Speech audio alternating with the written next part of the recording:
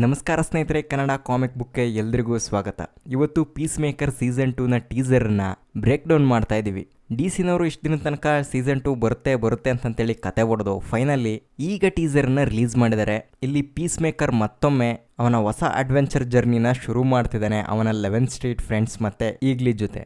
Okay, ಈ ಟ್ರೈಲರ್ನಲ್ಲಿ ಏನೇನೆಲ್ಲ ಇತ್ತು ಅಂತ ಹೇಳ್ಬಿಟ್ಟು ನಿಮಗೆ ಹೇಳ್ತಾ ಬರ್ತೀನಿ. ಮೊದಲನೇದಾಗಿ ಪೀಸ್ ಮೇಕರು ಭಾಳ ದೊಡ್ಡ ಸಾಧನೆನ ಮಾಡಿರ್ತಾನೆ ಸೀಸನ್ 1ನಲ್ಲಿ, ಅದು ಬಟರ್ಫ್ಲೈ ಪ್ರಾಜೆಕ್ಟ್ ವಿಚಾರದಲ್ಲಿ. ಆ ಆ್ಯಟಿಟ್ಯೂಡ್ನಲ್ಲೇನೆ ಜಸ್ಟಿಸ್ ಲೀಗ್ ಟೀಮ್ಗೇನೆ ಬೈದಿರ್ತಾನೆ, ನೀವೊಬ್ಬರೇ ಅಲ್ಲ ಮಹಾನ್ ಶೂರರು, ಪ್ರಪಂಚನ ಕಾಪಾಡೋದಕ್ಕೆ ನಾವು ಇದ್ದೀವಿ ನೋಡ್ಕೊಳ್ಳಿ ಅಂತಂತೇಳಿ.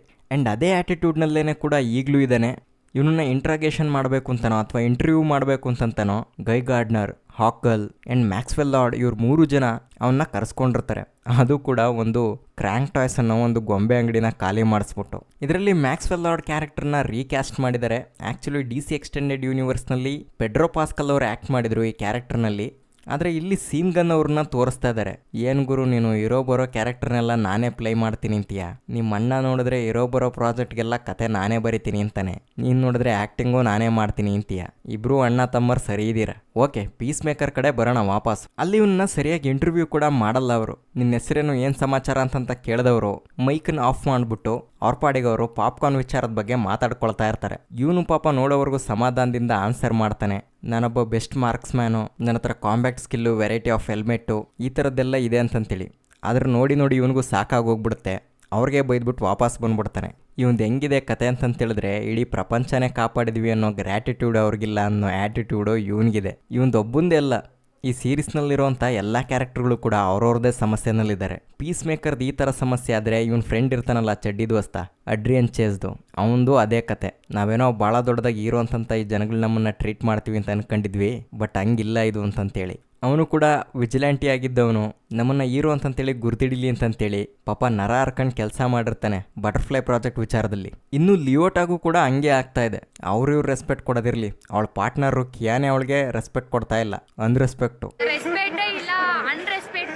ಇನ್ನು ಎಮಿಲಿಯಾ ಆರ್ಕೋರ್ಟ್ ಕೂಡ ಅಷ್ಟೇ. ಲಾಸ್ಟ್ ಸೀಸನ್ನಲ್ಲಿ ಅವಳಿಗಾಗಿದ್ದಂಥ ಇಂಜುರಿಯಿಂದ ಈಗ ರಿಕವರಿ ಆಗ್ತಾ ಸ್ವಲ್ಪ ಮಸಲ್ ಸ್ಟ್ರೆಂತ್ ಅನ್ನೋದು ಕಾಣಿಸ್ಕೊಳ್ತಾ ಇದೆ. ಬಟ್ ಅದು ಟಾಕ್ಸಿಕ್ ಕಡೆ ತಿರುಗ್ಕೊಂಡಿದೆ ಅಂತೇಳ್ಬಿಟ್ಟು ಅವಳ ಡಾಕ್ಟರೋ ಅಥವಾ ಥೆರಪಿಸ್ಟೋ ಕನ್ಕ್ಲೂಷನ್ಗೆ ಬಂದ್ಬಿಟ್ಟಿದ್ದಾನೆ. ಆದರೆ ಅವಳು ಅದನ್ನು ಒಪ್ಕೊಳ್ತಾ ಇಲ್ಲ. ಆದರೆ ನಮಗೆ ಸ್ಕ್ರೀನ್ ಮೇಲೆ ಕಾಣಿಸ್ತಾ ಇದೆಯಲ್ಲ ಆ ಅಗ್ರೆಷನ್ನು, ಆ ಫೈಟು, ಅದೆಲ್ಲ ಇದರಲ್ಲೆಲ್ಲ ಬೆಟರ್ ಅಂತಂತೇಳಿದ್ರೆ ನಮ್ಮ ಜಾನ್ ಎಕ್ನಾಮಸ್ಸೆ. ಟಾಸ್ಕ್ ಫೋರ್ಸ್ ಎಕ್ಸಲ್ಲಿ ಆರ್ಗಸಲ್ಲಿ ಕೆಲಸ ಹೋದ್ರೇನಂತೆ, ಟಾಸ್ಕ್ ಫೋರ್ಸ್ ಎಮ್ಮಲ್ಲಿ ಈಗ ಕೆಲಸ ಮಾಡ್ತಾ ಇದ್ದಾನೆ, ಅದು ಅಕ್ಕ ಅಮ್ಯಾಂಡಾ ವಾಲರ್ ಜೊತೆನೆ. ಹಂಗಾಗಿ ಇದ್ಬದ್ದವ್ರಿಗೆಲ್ಲ ಬುದ್ಧಿವಾದ ಹೇಳ್ತಾ ಇದ್ದಾನೆ, ಬೈತಾ ಇದ್ದಾನೆ. ನೀವೆಲ್ಲ GTA ಗೇಮ್ನಲ್ಲಿ ವರ್ಸ್ಟ್ ಪಾರ್ಟ್ನಲ್ಲಿರೋಕ್ಕೂ ಕೂಡ ಕಡೆಯಾಗೋಗ್ಬಿಟ್ಟಿದ್ದೀರಾ, ಸ್ವಲ್ಪ ಎಚ್ಚೆತ್ಕೊಳ್ಳಿ ಅಂತಂತೇಳಿ. ಬಟ್ ಇವ್ರಿಗೆಲ್ಲ ಏನೇ ಕಷ್ಟ ಬಂದ್ಬಿಟ್ಟು ಏನೇ ಸಮಸ್ಯೆ ಬಂದರೂ ಕೂಡ ಎಲ್ಲ ಫ್ರೆಂಡ್ಸ್ ಆಗಿ ಒಂದು ಒಗ್ಗಟ್ಟಿನಲ್ಲಿದ್ದಾರೆ. ಅದನ್ನೇ ಇಲ್ಲಿ ಪೀಸ್ ಮೇಕರ್ ಹೇಳ್ತಾ ಇದ್ದಾನೆ. ನಾವೆಲ್ಲ ದೊಡ್ಡ ಹೀರೋಗಳಾಗಿರದೇ ಇರ್ಬೋದು, ಆದರೆ 11th ಸ್ಟ್ರೀಟ್ ಕಿಡ್ಸ್ಗಳು ಯಾವುದಕ್ಕೂ ಎದುರಲ್ಲ ಗುರು, ಯಾವುದಕ್ಕೂ ಬಗ್ಗಲ್ಲ ಜಗ್ಗಲ್ಲ ಅಂತ ಈ ಥರ ಡೈಲಾಗ್ ಹೊಡ್ಕೊಂಬಿಟ್ಟು ಚಿಲ್ ಮಾಡಿ ಪಾರ್ಟಿ ಮಾಡ್ತಾ ಇದ್ದಾರೆ. ಅದು ಇವರೆಲ್ಲರ ನಡುವೆ ಇರುವಂಥ ಒಂದು ಸ್ಟ್ರಾಂಗ್ ಫ್ರೆಂಡ್ಶಿಪ್ಪನ್ನು ತೋರಿಸುತ್ತೆ. ಆದರೆ ಇವರ ಬದುಕಲ್ಲಿ ಬಿರುಗಾಳಿಯಾಗೋದಕ್ಕೆ ಕೆಲವೊಂದಿಷ್ಟು ವ್ಯಕ್ತಿಗಳು, ಕೆಲವೊಂದಿಷ್ಟು ಎಲಿಮೆಂಟ್ಗಳು ಬರ್ತಾ ಇದ್ದಾವೆ. ಅದೇನಪ್ಪ ಅಂತಂತೇಳಿದ್ರೆ ಮೊದಲನೇದಾಗಿ ಆರ್ಗಸ್ ಗ್ರೂಪ್ನ ಹೊಸ ಡೈರೆಕ್ಟರ್ ಆಗಿರುವಂಥ ರಿಕ್ ಫ್ಲ್ಯಾಗ್. ಮೊದಲನೇದಾಗಿ ಈ ಆರ್ಗಸ್ ಅಂದರೆ ಏನಪ್ಪ ಅಂತಂತೇಳಿದ್ರೆ advanced research group uniting super human ಅಂತೇಳಿ. ಮುಂಚೆ ಇದ್ರ ಡೈರೆಕ್ಟರ್ ಆಗಿದ್ದು ಅಮ್ಯಾಂಡಾ ವಾಲರ್ಸ್. ಅವಳು ಕಂಟ್ರೋಲ್ನಲ್ಲಿದ್ದಾಗ ಅವಳು ಟಾಸ್ಕ್ ಫೋರ್ಸ್ ಎಕ್ಸನ್ನು ಕ್ರಿಯೇಟ್ ಮಾಡಿದ್ಲು. ಅದರ ಪಾರ್ಟ್ ಆಗಿನೇ ಸೂಸೈಡ್ ಸ್ಕ್ವಾಡ್ ಮತ್ತು ದಿ ಸೂಸೈಡ್ ಸ್ಕ್ವಾಡ್ 2 ಸಿನಿಮಾದ ಕತೆ ನಡೆದಿರೋದು. ಆದರೆ ಯಾವಾಗ ಅವಳ ಮಗಳು ಲಿಯೋಟಾನೇ ಅವಳಿಗೆ ಬತ್ತಿ ಇಟ್ಲೋ, ಈ ಥರ ಜೈಲಲ್ಲಿರುವಂಥ ಸೂಪರ್ ಹ್ಯೂಮನ್ ಕೈದಿಗಳನ್ನು ಅನ್ಅಫಿಷಿಯಲ್ ಆಗಿರುವಂಥ ಟಾಸ್ಕ್ಗಳಿಗೆ ಬಳಸ್ಕೊಳ್ತಿದ್ದಾಳೆ ಅಂತಂತೇಳಿ ಅವಾಗಿಂದ ಅವಳನ್ನ ಗೌರ್ಮೆಂಟು ಕೈ ಬಿಟ್ಟಿರುತ್ತೆ. ಈವನ್ ಈ ಆರ್ಗಸ್ ಗ್ರೂಪ್ನವರು ಕೂಡ ಈಗ ರಿಕ್ ಫ್ಲ್ಯಾಗನ್ನು ಹೊಸ ಡೈರೆಕ್ಟರ್ನಾಗಿ ಮಾಡಿದ್ದಾರೆ. ನೀವು ಕ್ರಿಯೇಚರ್ ಕಮಾಂಡೋ ಸೀರೀಸನ್ನು ನೋಡಿದ್ರೆ ಅಲ್ಲಿ ಗೊತ್ತಾಗಿರುತ್ತೆ.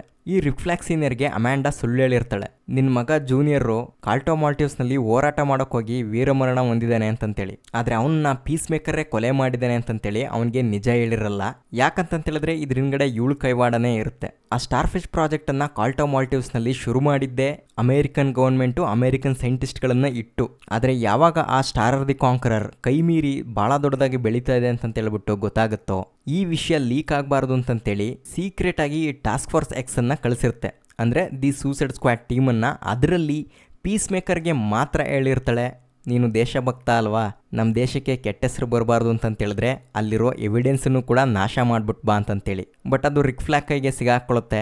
ಅದನ್ನು ಕಿತ್ಕೊಳ್ಳೋ ಬರದಲ್ಲಿ ಅವನನ್ನೇ ಕೊಂದಾಕಿರ್ತಾನೆ. ಈಗ ಅದ್ರ ಪ್ರೂಫ್ ಎಲ್ಲ ಬ್ಲೂಡ್ ಸ್ಪಾಟ್ ಕೈಲಿದೆ. ಇದ್ಯಾವುದು ಕೂಡ ಆಚೆ ಬಂದಿಲ್ಲ. ಬಟ್ ಹಂಗೂ ಸೋಷಿಯಲ್ ಮೀಡಿಯಾದಲ್ಲಿ ಎಲ್ಲೋ ಲೀಕ್ ಆಗಿದೆ. ಒಂದು ಅದು ಕಾಲ್ಟೋಮಾಲ್ಟಿವ್ಸ್ ಕಡೆಯಿಂದಾನೇ ಲೀಕ್ ಆಗಿರಬೇಕು, ಅಥವಾ ಅದು ಈ ಟಾಸ್ಕ್ ಫೋರ್ಸ್ ಎಕ್ಸ್ ಟೀಮ್ನವ್ರ ಕಡೆಯಿಂದಾನೇ ಲೀಕ್ ಆಗಿರಬೇಕು ಸೋಷಿಯಲ್ ಮೀಡಿಯಾ ಮೂಲಕ. ಅದು ಯಾರಾಗಿರ್ಬೋದು? ಎದುರು ಪುಕ್ಲಿ ಆಗಿರುವಂಥ ರ್ಯಾಟ್ ಕ್ಯಾಚರ್ 2ನ, ಅಥವಾ ಬಾಯ್ಬಡಿಕೆ ಆಗಿರುವಂಥ ನಮ್ಮ ಹಾರ್ಲಿ ಡಾರ್ಲಿಂಗ? ಗೆಸ್ ಮಾಡಿ ನೋಡೋಣ.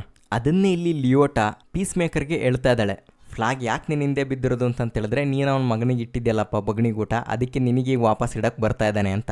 ಆ್ಯಕ್ಚುಲಿ ರಿಕ್ ಫ್ಲಾಗು ಕೂಡ ಸ್ಟ್ರಾಟರ್ಜಿನಲ್ಲಿ ಎತ್ತಿದ ಕೈಯೇನೆ. ಅವನಿಗೂ ಏನು ಕಡಿಮೆ ಎಕ್ಸ್ಪೀರಿಯನ್ಸ್ ಆಗಿಲ್ಲ. ಆದರೆ ಅವನಿಗೀಗ ಪೀಸ್ ಮೇಕರ್ ಬೇಕಾಗಿದೆ, ನಿಜ ಏನಾಗಿದೆ ತಿಳ್ಕೊಳ್ಬೇಕು ಅಂತಂತೇಳಿ. ಅದಕ್ಕೋಸ್ಕರ ಬ್ರಿಂಗ್ ಮಿ ಪೀಸ್ ಮೇಕರ್ ಅಂತಂತೇಳಿ ಆರ್ಗಸ್ನ ಒಂದು ಟೀಮನ್ನೇ ಅವನ ಹಿಂದೆ ಬಿಟ್ಟಿದ್ದಾನೆ, ಅವನನ್ನ ಹುಡುಕಿ ಹಿಡೀರಿ ಅಂತಂತೇಳಿ. ಈಗ ಅವ್ರ ಕೈಲಿಂದ ತಪ್ಪಿಸ್ಕೊಂಡು ತಿರುಗಾಡದೆ ಪೀಸ್ ಮೇಕರ್ನ ಕೆಲಸ ಆಗಿದೆ ಅಂತ ಕಾಣಿಸುತ್ತೆ. ಅದಕ್ಕೋಸ್ಕರನೇ ಮನೆಯಿಂದ ಪರಾರಿ ಆಗ್ತದಾನೆ, ಬಿಲ್ಡಿಂಗಿಂದ ಬಿಲ್ಡಿಂಗಿಗೆ ಎಗರ್ಕೊಂಡು ಸ್ಟಂಟ್ ಮಾಡಿ ತಪ್ಪಿಸ್ಕೊಳ್ಳೋ ಪ್ರಯತ್ನ ಮಾಡ್ತಾ ಇದ್ದಾನೆ. ಏನೇನೋ ಕಷ್ಟ ಪಡ್ತಾ ಇದ್ದಾನೆ ಪಾಪ. ಓಕೆ, ಇದೆಲ್ಲ ಒಂದು ಕಡೆ ಆದರೆ ಇವನಿಗೆ ಇನ್ನೊಂದು ಪಜಲ್ ರೀತಿ ಪ್ರಾಬ್ಲಮ್ ಬಂದ್ಬಿಟ್ಟಿದೆ. ಅದೇ ಪಾಕೆಟ್ ಡೈಮೆನ್ಷನ್ನು. ಅಂದರೆ ಶೆಜಾಮ್ ಸಿನಿಮಾಗಳಲ್ಲಿ ಯಾವ ಥರ ರಾಕ್ ಆಫ್ ಇಟರ್ನಿಟಿ ಹತ್ರ ತುಂಬ ಡೋರ್ಸ್ಗಳು ಬೇರೆ ಬೇರೆ ಪ್ರಪಂಚಕ್ಕೆ ದಾರಿ ಮಾಡಿಕೊಡ್ತಾವೋ ಆ ಥರದ ಒಂದು ಜಾಗ. ಆ್ಯಕ್ಚುಲಿ ಈ ಜಾಗನ ಸೀಸನ್ ಫಸ್ಟ್ನಲ್ಲೇ ತೋರಿಸಿದ್ರು. ಪೀಸ್ ಮೇಕರ್ ಅಪ್ಪ ಇರ್ತಾನಲ್ಲ ವೈಟ್ ಡ್ರ್ಯಾಗನು, ಅವನದೇನೋ ಸೀಕ್ರೆಟ್ ಬೇಸ್ ಅನ್ನೋ ರೀತಿ ಕ್ರಿಯೇಟ್ ಮಾಡಿರ್ತಾನೆ. ಬಟ್ ಅದೇ ಪ್ಲೇಸ್ ಈಗ ಈ ಸೀರೀಸ್ನಲ್ಲಿ ಒಂದು ಪಾಕೆಟ್ ಡೈಮೆನ್ಷನ್ ರೀತಿ ಇದೆ ಅಂತ ಹೇಳ್ಬಿಟ್ಟು ತೋರಿಸ್ತಾ ಇದ್ದಾರೆ. ಅಲ್ಲಿಗೆ ಪೀಸ್ ಮೇಕರ್ ಮತ್ತೆ ಅವನ ಸುತ್ತಮುತ್ತ ಇರುವಂಥ ಕ್ಯಾರೆಕ್ಟರ್ಗಳೆಲ್ಲ ಹೋಗ್ಬಿಟ್ಟು ಕಂಗಾಲಾಗಿ ಹೋಗ್ಬಿಟ್ಟಿರೋದು ನಮಗೆ ಕಾಣಿಸ್ತಾ ಇದೆ. ಈ ಜಾಗದಲ್ಲಿ ಲಿಯೋಟಾ ಕೂಡ ಇದ್ದಾಳೆ, ಅಡ್ರಿಯನ್ ಚೇಸ್ ಮತ್ತು ಎಮಿಲಿಯಾ ಆರ್ಕೋರ್ಟ್ ಕೂಡ ಇದ್ದಾಳೆ. ಇಲ್ಲೇನು ನಡೆಯುತ್ತೆ ಅಂತ ಹೇಳ್ಬಿಟ್ಟು ಸರಿಯಾಗಿ ಗೊತ್ತಾಗಿಲ್ಲ. ಆದರೆ ನಮ್ಮ ಕ್ರಿಸ್ಟೋಫರ್ ಸ್ಮಿತ್ ಒಂದು ಡೋರನ್ನು ಓಪನ್ ಮಾಡಿ ಒಳಗಡೆ ಹೋದ ತಕ್ಷಣ ಹಿಂದ್ಗಡೆಯಿಂದ ಇನ್ನೊಬ್ಬ ಪೀಸ್ ಮೇಕರ್ ಬಂದ್ಬಿಟ್ಟು ಅವನಿಗೆ ಗನ್ ಇಡ್ತಾ ಇದ್ದಾನೆ, ಯಾರೋ ನೀನು ಅಂತಂತೇಳಿ. ಈ ಸೀನ್ನ ನಾವು ಎರಡು ರೀತಿ ಅರ್ಥ ಮಾಡ್ಕೋಬೋದು. ಒಂದು, ಇದು ಪೀಸ್ ಮೇಕರ್ನ ಟ್ರಾಮಾ ಆಗಿರುತ್ತೆ. ಏನಪ್ಪ ಅಂತಂತೇಳಿದ್ರೆ ಚೈಲ್ಡ್ಹುಡ್ಡಲ್ಲಿ ಅವನ ತಮ್ಮನ್ನ ಅವನೇ ಕೊಂದಿರ್ತಾನಲ್ಲ, ಅದರಿಂದ ಅವಾಗವಾಗ ಅವನಿಗೆ ಒಂದು ಇಲ್ಯೂಷನ್ ಆಗ್ತಾ ಇರುತ್ತೆ. ಇಲ್ಲದೆ ಇರುವಂಥ ಅವರಪ್ಪ ಅವನ ತಮ್ಮ ಅವನ ಹತ್ರ ಬಂದು ಮಾತಾಡ್ತಿರೋ ಥರ.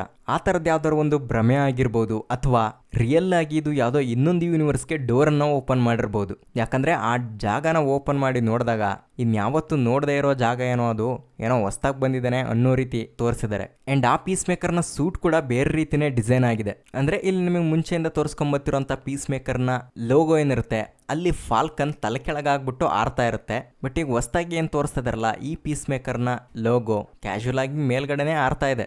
ಜೊತೆಯಲ್ಲಿ ಹೆಲ್ಮೆಟಲ್ಲಿ ಕೂಡ ಸ್ವಲ್ಪ ವ್ಯತ್ಯಾಸ ಕಾಣಿಸುತ್ತೆ. ನೀವು ಟೋಟಲ್ ಆಗಿ ಅವನ ಟಾಪ್ ಟು ಬಾಟಮ್ ಗೆಟಪ್ಪನ್ನು ಕಂಪೇರ್ ಮಾಡಿ ಕೂಡ ನೋಡ್ಬೋದು, ತುಂಬ ವ್ಯತ್ಯಾಸಗಳಿದ್ದಾವೆ. ಹಂಗಾಗಿ ಈ ಒಂದು ಸೀರೀಸ್ನಲ್ಲಿ ಮಲ್ಟಿವರ್ಸನ್ನು ಏನಾದರೂ ಎಕ್ಸ್ಪ್ಲೋರ್ ಮಾಡ್ತಿದ್ದಾರಾ ಈ ಡೌಟ್ ಕೂಡ ಬರುತ್ತೆ. ಯಾಕಂತೇಳಿದ್ರೆ ಇದುವರೆಗೂ ಕೂಡ ಹಳೆ ಡಿ ಸಿ ಎಕ್ಸ್ಟೆಂಡೆಡ್ ಯೂನಿವರ್ಸು, ಹೊಸ ಡಿ ಸಿ ಯೂನಿವರ್ಸು ಯಾವ ರೀತಿ ಸಪ್ರೇಟ್ ಆಗಿದ್ದಾವೆ ಅಂತಂತೇಳ್ಬಿಟ್ಟು ಇವರಿನ್ನೂ ಆನ್ಸರೇ ಮಾಡಿಲ್ಲ. ಸೊ ಹಂಗಾಗಿ ಈ ಸೀರೀಸ್ ಮೂಲಕ ಏನಾದರೂ ಆನ್ಸರ್ ಮಾಡ್ಬೋದು ಅಂತ ಅಂದ್ಕೊಂಡಿದ್ದೀನಿ.